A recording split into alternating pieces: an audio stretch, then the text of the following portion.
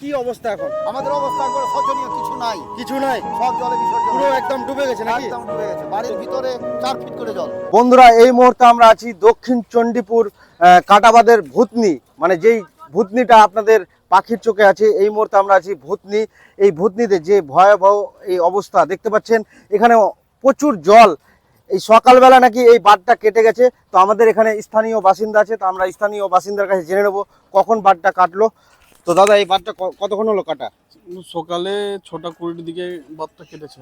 6টা 20 থেকে প্রায় লাখখানিক লোক এখানে বসবাস করে। অবশ্যই এদের তো একদম মানে পুরো বাড়ি ভেসে যাবে।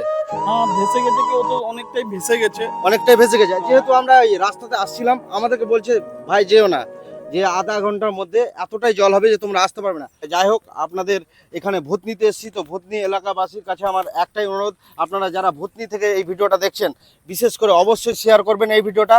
এত জলের স্রোত যে এই বাড়িগুলো, যে পাকা বাড়িগুলো আপনাকে দেখাবো, এই যে পাকা বাড়িগুলো, এই বাড়িগুলো একদম মানে মনে হচ্ছে না থাকবে, মানে পুরো ডুবে যাবে। আপনারা দেখতে পাচ্ছি এখানে জলে ডুবে যাচ্ছে। হ্যাঁ, জলে ডুবে আছে।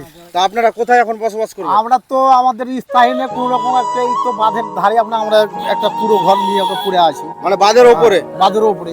তো প্রচুর এখন সমস্যা নাকি? সমস্যা মানে বিশাল সমস্যা। তো আপনারা কি চাইছেন এখন? সমস্যা কি, সরকার করতে এখন তো আমাদের তো খাওয়ার যেটুকু আছে সেটুকু তো কিছুই নাই। ও, খাওয়ার পর্যন্ত না, পাচ্ছেন না? খাওয়ারও কিছুই নাই, পুরো জলে ডুবে গেছে আমরা নাকি? তো সব জলে ডুবে গেলাম। তো আপনারা এই যে এখানে তিরপালে ঘর করেছেন, আর তিরপলে কোনো রকম করে থাকার একটু স্থায়ী নিয়েছি, কিন্তু এই করে কি থাকা যাবে?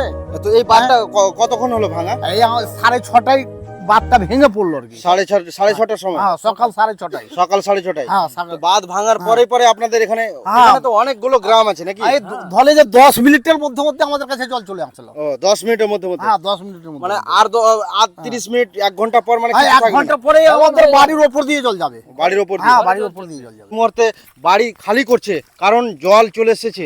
দাদা, কতক্ষণ হলো এই বাঁধটা ভাঙা? প্রায় সকাল 6টাতেই ভেঙেছে। সকাল 6টা থেকে। তো আপনাদের প্রচুর অসুবিধা নাকি? এখন অসুবিধা। এই মুহূর্তে বাড়িটা খালি করে কোথায় যাবেন? এই তো মাদের উপরে। বাঁধের উপরে থাকতে হবে। কতদিন মোটামুটি থাকতে হবে?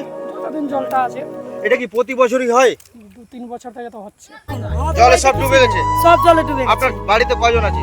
আমাদের বাড়িতে 5 জন আছি। তো আপনারা বাড়িটা কোথায় করলেন এখন? এই তো বাঁধের উপরে করেছি। ওই বাঁধের উপরে? হ্যাঁ, বাঁধের উপরে। তো দেখতেই পাচ্ছেন এখানে প্রচুর কষ্ট, যেহেতু বাড়ি থেকেও নাই, কারণ সেই বাড়িগুলো জলে একদম ডুবে গেল। তো আপনারা বেশি বেশি করে এই ভিডিওটা শেয়ার করেন, কারণ এই ভিডিওটা শেয়ারের মাধ্যমে যেন এই আমাদের সরকারের কাছে পৌঁছে যায় এই ভিডিওটা, সেই ভিডিও দেখে যেন কাজের ব্যবস্থা নেওয়া হয়, এই মানুষগুলো যেন ঠিকভাবে বসবাস করতে পারে। তো আপনারা ভালো থাকবেন, সুস্থ থাকবেন, ধন্যবাদ।